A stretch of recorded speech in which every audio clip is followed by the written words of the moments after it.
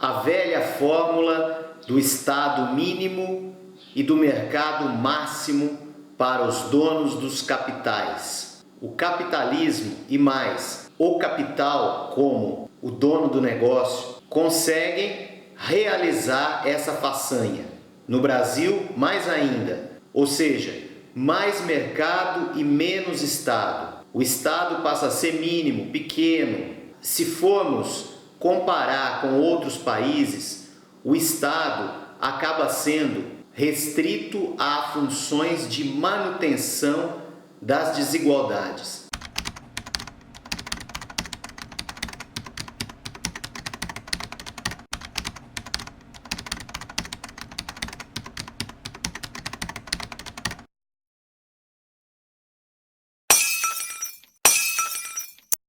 A competição passa a ser desleal. As pessoas irão competir por melhores empregos, irão competir no trabalho, no estudo, e a competição no esporte acaba sendo um espelho desta competição na sociedade. Aí no esporte o que nós temos? Grandes marcas, grandes patrocinadores, grandes empresas. O esporte do sistema do mercado, equipes de investimento alto, equipes de investimento médio, equipes de baixo investimento. De saída são os investimentos, são as marcas, são os produtos, é a venda, é o consumo que determina o que será o esporte. Mesmo assim, as regras estão dadas e é necessário aceitar essas regras para poder competir.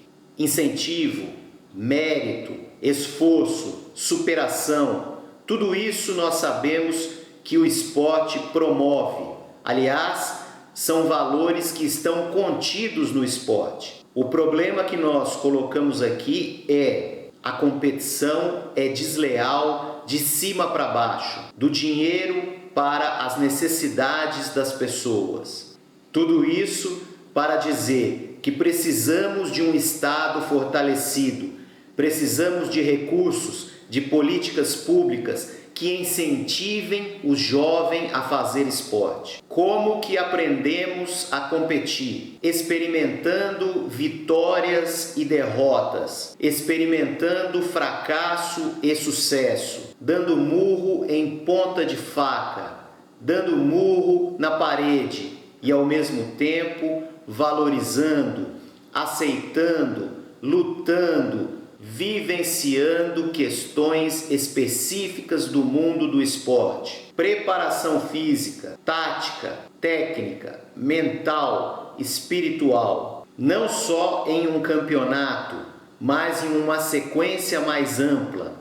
A experiência acumulada de várias passagens com competições locais, regionais, nacionais, internacionais. Isso faz com que os atletas possam conhecer as múltiplas facetas do esporte. Mas aqui uma questão importante: como nos tornamos atletas? Todo atleta foi um dia estudante na escola, teve aulas de educação física, vivenciou uma série de movimentos, de jogos, de brincadeiras. Então aqui nós temos uma questão muito importante: a formação dos esportistas, a formação dos atletas. São engrenagens de ajuste, de percepção da realidade. Como que tais engrenagens podem ser articuladas e esculpidas pela própria pessoa para o seu bem. Então nós temos aqui dois determinantes: o determinante macrosocial do macrosistema e o determinante do microsistema, o indivíduo, a sua família em relação ao Estado, à sociedade. Quando há essa junção, quando há a perspectiva de concretização desse processo, nós temos então um esportista que pode se tornar atleta. Lembro aqui de um método de ensino de esporte bastante difundido no Canadá principalmente e nos Estados Unidos, o Sport Education, a formação a partir de aulas, de treinos, de competições dentro da escola, com turmas específicas, que podem culminar em um evento esportivo de tal forma que este estudante ganhe a capacidade de analisar futuramente o esporte, de ser um conhecedor, de ter cultura sobre o esporte. Então isso, obviamente, não temos no Brasil. Temos várias carências ainda a serem supridas para que possamos dar um passo adiante nas questões mais sensíveis, não só pedagógicas, metodológicas, teóricas, mas na cabeça dos professores e dos treinadores. O que buscamos em última análise? A festa, a participação, o envolvimento, o prazer? Sim, mas devemos pensar que além de todas essas manifestações humanas, devemos buscar uma formação ampla. Devemos entender o esporte dentro de outras engrenagens.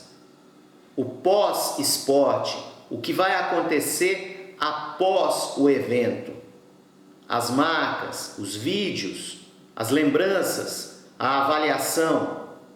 Tudo isso é registrado na nossa memória. E aqui eu abro um parênteses para falar dos Jogos Pedagógicos da Universidade Federal de São João del Rei. Este ano, em 2019, nós iremos fazer uma edição comemorativa. São 10 anos de Jogos Pedagógicos. Foram vários momentos, foram várias as passagens, foram vários os acúmulos, foram várias as alegrias. Temos uma competição entre estudantes de Educação Física da Universidade Federal de São João del Rei, sendo realizada há 10 anos. O objetivo central é a formação de futuros professores treinadores. O objetivo central é o envolvimento dos estudantes no curso. O objetivo central é democratizar ações, possibilidades dentro do esporte. Como, por exemplo, discutir o regulamento. Como, por exemplo, discutir a cerimônia de abertura entre todos os envolvidos. São várias as questões, nós formamos uma comissão de alunos e a partir daí vamos fazer competições de várias modalidades, mas são modalidades de jogos não convencionais. Eu não gosto muito do termo não convencionais, mas de jogos adaptados, enfim. Não são os tradicionais jogos de voleibol, basquete, futsal. São possibilidades construídas e discutidas com todos. Tem um tema muito importante aqui que eu gostaria de falar, mas assim, eu vou falar apenas de forma breve. O caos da escola pública. Quando nós pensamos em realizar eventos, precisamos ter em mente que muitas das possibilidades construídas na cabeça não serão realidade. Por quê? Devido ao caos existente na escola pública. Além disso, não temos, na verdade, inexiste um sistema nacional esportivo. Ou seja, um sistema esportivo existe em vários países, mas no Brasil são ações isoladas. Ora do então Ministério do Esporte, ora do Comitê Olímpico Brasileiro, ora de federações, ora de iniciativas de profissionais, professores, treinadores. Como nós não temos ações concentradas e essa engrenagem em um sistema, fatalmente as consequências cairão dentro do universo do professor, dos alunos, nas aulas de educação física, etc. O caos da escola pública referente à parte da educação física e da pedagogia do esporte está aqui expresso. Não é apenas um tema da educação, envolve outras questões, envolve a família, envolve recursos, envolve gestão, e aqui eu não estou falando apenas do ponto de vista negativo. Nós temos experiências e organizações de pessoas que contribuem para a mudança desse cenário. Na sequência, as falas dos professores Ivan dos Santos e Rafael Vieira de Araújo, professores que até hoje abraçam a causa da educação pública e de uma pedagogia do esporte de qualidade. Nossa realidade é essa. Nossa realidade é retratada sem retoques. Temos, algumas conclusões, Desde o momento político do ano passado, onde a gente elegeu o nosso presidente aí, e já estávamos, preocupados e já com certo receio, daquilo que poderia interferir no nosso trabalho. E as nossas expectativas foram frustradas e o que nós tínhamos de hipótese foi concretizado, ou seja, um caos, um verdadeiro desmonte, até daquilo que nós, enquanto GEP, fazemos, porque nós somos um grupo de pesquisa e estudos que grande parte do nosso trabalho é autônomo, ou seja, nós que bancamos as nossas pesquisas, os nossos estudos, na grande maioria das vezes.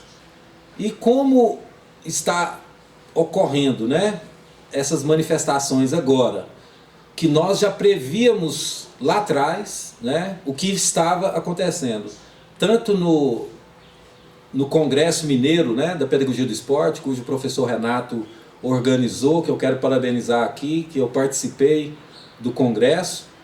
Lá o professor abordou, esses aspectos aí, do que seria após a política, o que seria que aconteceria com nós aqui do Brasil, e tudo que ele falou foi concretizado, está sendo concretizado.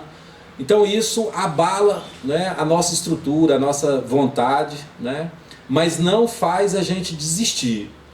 Observar esse crescimento e amadurecimento desde 2004, 15 anos de grupos, estudos e pesquisa em pedagogia do esporte, nosso grupo GEP, justamente o professor Renato Sadi, Ivan dos Santos, Rafael Araújo, André Seabra. Eu quero hoje a gente dialogar, Ivan, sobre de 2004 até 2019. Tive a oportunidade de retornar agora em 2019, estava à disposição para estar dentro dessa gerência. Há uma escola onde eu comecei todo o meu percurso como professor de Educação Física em 2006, o Colégio Estadual Olavo Bilac, onde procurei, com os estudos do GEP, implementar os jogos internos. Mas essa implementação, Ivan, você acompanhou também, ela não retomar, Retomar. A implementação em 2006 dos jogos não foi uma forma somente conquistar os alunos, ou seja, ressignificar a interclasse para jogos internos, mas sim foi colocar em prática, colocar em praxis pedagógica todo o estudo nosso do grupo Pedagogia do Esporte. Então foram aulas e aulas, e na época, em 2006, eram 3 aulas matutino, 3 aulas semanais vespertino e 2 aulas noturno. Então eu trabalhava de manhã, à tarde e à noite na mesma escola. Isso foi diferencial. Isso ajudou a implementar uma proposta interdisciplinar, romper aquela visão de esporte, os quartetos fantásticos, era handebol, voleibol, basquetebol, futsal. Então as aulas vivenciadas nas categorias de jogos de invasão, jogos de rede de parede, jogos de rebatido, jogos de alvo, foram sistematizados e foram contemplados nos jogos internos como uma avaliação processual. Então os jogos internos é uma análise de toda a sequência de aulas. Ok? 2006, 7, 8, 9, 10, 2012 eu fui para outro colégio estadual, no Assis Chateaubriand, onde implementamos também o GICAC. O Ivan também implementou nas escolas municipais de Goiânia e o Renato Sadi em São João del Rei com os jogos internos, dentro dessa perspectiva de organização esportiva no paradigma da pedagogia do esporte. É uma responsabilidade imensa o que construímos desde 2006 chegar agora em 2019 com todos os problemas da política brasileira, com todo desmonte, principalmente da política esportiva, e a educação física, uma aula, só com temos 8 turmas lá no Lavo Bilac. Só 3 turmas têm aula de educação física, o restante não tem. E aí que vem a preocupação. Começa aqui a minha análise agora com vocês. Então, aula de educação física, uma aula no noturno. Eu preocupado em colocar que os jogos internos é uma avaliação processual. Então, o lema, o contexto histórico construído dos jogos, as categorizações dos jogos, a teoria dos 5C, como é que eu faço a teoria dos 5C? Corresponsabilidade com os alunos, que eu não estou em sala de aula.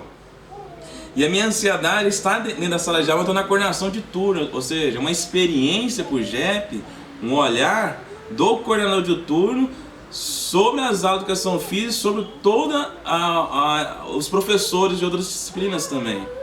Identifiquei adoecimento da professora de educação física, que interfere nesse processo de construção dos jogos, a dificuldade, como é noturno, pouco tempo de se trabalhar os elementos essenciais para a realização de uns jogos, principalmente da teoria do 5C, que é a corresponsabilidade dos alunos, a cooperação, a criatividade, a própria competição, ou seja, educar para competir, e a capacidade de entender o jogo, de compreender o jogo jogando.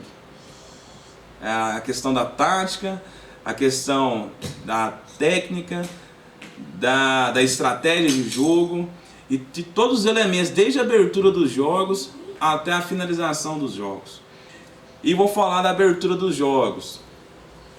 A abertura ela foi interferida emocionalmente devido a essas questões de princípios humanos que aconteceu no turno vespertino lá do colégio. Um aluno pegou uma pedra e jogou no muro da outra escola. Então são 2 escolas paralelas, e pegou uma pedra, um tijolo mesmo, foi lá e jogou, sem saber quem estava do outro lado. Quem estava do outro lado, outro aluno, a pedra bateu na cabeça, o menino desmaiou, foi pro UTI.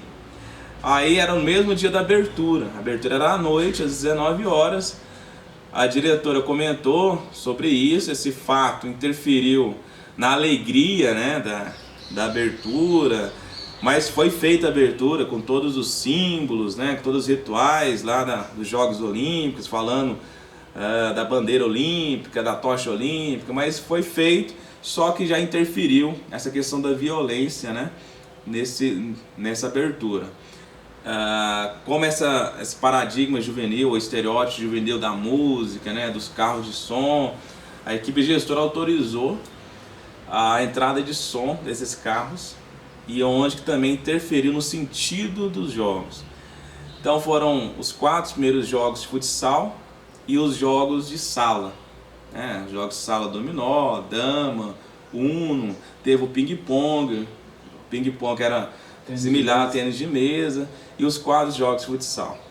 O que eu observei? O som muito alto, interferiu na arbitragem. O árbitro é o professor Hamilton, professor de educação física, muito tempo na rede, um dos primeiros da turma da Zé Fergo, e eu falei para nós, conversando com a arbitragem, seria uma arbitragem pedagógica, ou seja, xingou, conversa, né, com os alunos. Mas a música eletrônica, ela interfere na emoção dos nossos alunos, atletas, jogadores ali, e interferiu nesse primeiro dia, nessa quarta-feira. Na quinta-feira teve as semifinais do futsal e o voleibol também. Fui pegar uma colher e tirando lá do orifício onde coloca o poste, um monte de terra, ou seja, são abandonos, são elementos que faz o diferencial. Quais são os elementos que faz diferencial para não dar conflito nos jogos? Na quinta-feira pedimos para baixar o som, baixou, ok. Eu, como coordenador de turno, fiquei nas torcidas, observando o jogo e falando com os alunos. Os alunos já xingavam ali, ó, rapaz, que é escola. O aluno incitava a briga, eu brigo com o outro, que é escola. Isso para quem da comunidade escolar isso é invisível, mas surte um efeito lá na quadra imensa. O aluno vem dar um chute no aluno lá na falta, eu vou lá, converso com ele individualmente. Ou seja, a arbitragem pedagógica também a gente pode discutir. Teve dentro desse jogo observar a questão da torcida organizada, que pode ser um debate nosso, que está extramuros da escola. O reflexo, né, da torcida organizada do esporte profissional, Sim. futebol, dentro da escola, a reflexão dentro do GICOB, né? Ou de qualquer outro jogo, competição pedagógica dentro de qualquer escola, né? O reflexo, né, desse comportamento das torcidas organizadas que a gente já tem aí a experiência de ver os noticiários, né, sobre a violência, né? Isso, porque eu solicitei à Secretaria de Educação, onde tem uma superintendente de esporte escolar, solicitei materiais, solicitei coletes, solicitei bolas, nada, foi indeferido o ofício, mas assim fizemos os jogos. Aí um aluno foi com camiseta verde do Goiás, fez um gol e fez o símbolo da torcida organizada do Goiás, que é a Força Jovem, fez um símbolo e colocou, parece, na rede social. E aquele setor ali é uma torcida contrária, que é do Vila Nova. Uma zona, né? Esquadrão. São divididos em zonas. E como o som, carro de som, estava chamando muita gente fora, ao redor da escola, chamou a esquadrão também. Esquadrão, foram uns 2, 3 pessoas da esquadrão para pegar o aluno. Ou seja, uma coisa não tinha nada a ver lá dentro da escola com a rede social. A esquadrão estava ali, ou seja, a torcidas organizadas interferindo lá no momento educativo dos jogos. Quando abriu o portão, o pessoal saiu, a gente segurou o aluno um pouco na quarta-feira, e na quinta-feira se queria pegar o aluno, rouba-se uma moto. Ou seja, são elementos para a gente avaliar no final esses jogos internos. Isso foi feito pela equipe gestora na quinta-feira, quando teve o roubo dessa moto. Aí sentamos coordenadora pedagógica, coordenadora de turno, diretora. A diretora reconheceu realmente que carros de som interferem na arbitragem, entrada de pessoas estranhas com esses carros de som também, o monitoramento de pessoas estranhas dentro da escola. E na sexta-feira foi colocado que somente aluno poderia entrar dentro da escola, não teve som mais, carro de som, monitoramento dos 2 portões.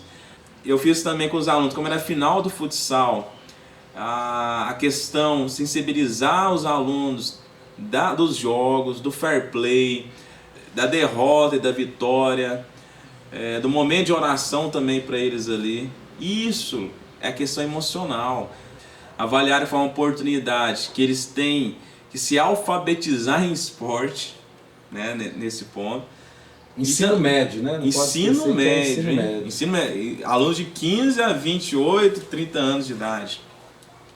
Então, o professor Renato Sadia, Ivan, eu fiz esse relato aqui, não sei se expus bem a minha inquietação, a minha angústia como profissional, como professor. O que vive o Brasil hoje, o que está vivendo a política hoje. Eu fiz um mestrado discutindo o corpo do consumo, o corpo do capital, o corpo da mercadoria, e hoje eu estou vivendo esse corpo. O corpo que grita por mudanças, por transformação na política brasileira. Parece que o nosso corpo não é nosso. O nosso corpo parece que é do Estado, que é dos governantes, explora tanto o nosso corpo que a gente resulta aí em várias doenças, né? E a gente somos fortes combatentes, somos sim, Renato, desbravadores tanto no ensino superior como o senhor está, desbravadores aqui da rede municipal e da rede estadual. Eu falo que o professor Ivan dos Santos é um professor libertador, crítico, com um domínio da teoria e da prática, que dá sentido à comunidade escolar, Ivan. Não sei se você vai como elogio, mas a experiência que você tem que repassar agora, ou por vídeo, ou por redes sociais. É uma experiência que Paulo Freire diria, ou seja, você torna a educação transformadora. Você muda pessoas, e pessoas mudam o mundo, transformam o mundo. Então, na realidade, você sair de uma localidade aqui onde que ele mora. Quantos quilômetros da escola? 16. 16 quilômetros. E uma região periférica da cidade de Goiânia. Eu acompanhei, o Renato acompanhou, observou as aulas do professor Ivan. Os alunos são encantados. O professor Ivan desperta a curiosidade epistemológica dos alunos. Hoje também me formei em pedagogia, certificação nessa semana. Então agora é o pedagogo do esporte. Parabéns. Pedagogo e pedagogo do esporte. Ou seja, bipedagogo. Isso. Da educação e esporte. Eu passo a fala para o professor Ivan. Fazendo uma reflexão aqui sobre essa nova realidade do professor de retornar, né, dentro do Olavo Bilac, o Gicobi, que ele é um dos criadores, né, cujo eu tive a oportunidade de 2 anos também, né, quando ele saiu da escola, eu permaneci na escola por 2 anos, e o Gicobi era a essência, a vida da escola, né? Uma competição que transformou uma realidade, transformou uma escola em uma escola realmente com um nível bastante elevado. Eu lembro que nós estávamos no calor desse livro, nós tínhamos lançado esse livro, tinha 3 anos, 4 anos que a gente tinha lançado esse livro. Então a gente estava ainda fazendo experiências, né? E o Colégio Olavo Bilac era um dos ambientes onde a gente socializou essa experiência desse livro.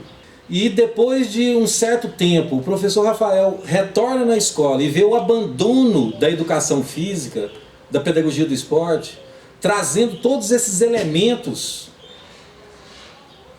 de abandono, de atraso, de descaso com a educação física e com a escola. Porque se tem assalto, se tem jogar um tijolo no colégio do lado, sem medir as consequências, mas sabendo que aquilo ali era para afetar algo, para quebrar algo, para causar algum incômodo, né? Porque criança não é tão inocente assim, que ninguém vai jogando pedra no outro, ou jogando pedra do outro lado, sem saber que quer provocar algo, uma tensão ou alguma coisa nesse sentido. Então dá para perceber desde o ensino fundamental, que aconteceu esse fato durante a tarde, o vespertino, que atende até o 9º ano, desde o período da manhã e da noite, onde houve o furto do veículo, que é à noite, que é ensino médio. Então esse abandono que a escola passou, porque na época que eu estava lá presente, nós tivemos o tempo de preparar todos.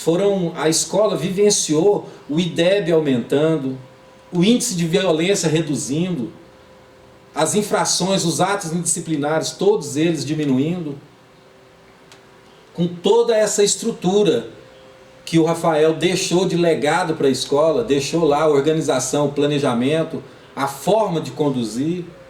Ou seja, ele adaptou bastante coisas que a escola realizava quando ele estava lá e quando eu estava lá, de várias modalidades, de envolvimento da comunidade, pais, ex-alunos, os alunos, os professores, todo mundo envolvido, até chegar ao ponto que chegou com essas mudanças, né? Teve uma questão positiva aí, a continuidade. A continuidade dos jogos, 14º Gicobi.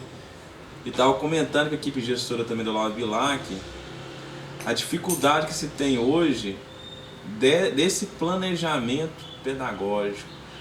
Aqueles alunos que é expulso pedagogicamente da sala de aula pelos professores, ele nos jogos foi o que teve a maior o maior rendimento de colaboração técnica, colaboração dentro dos jogos.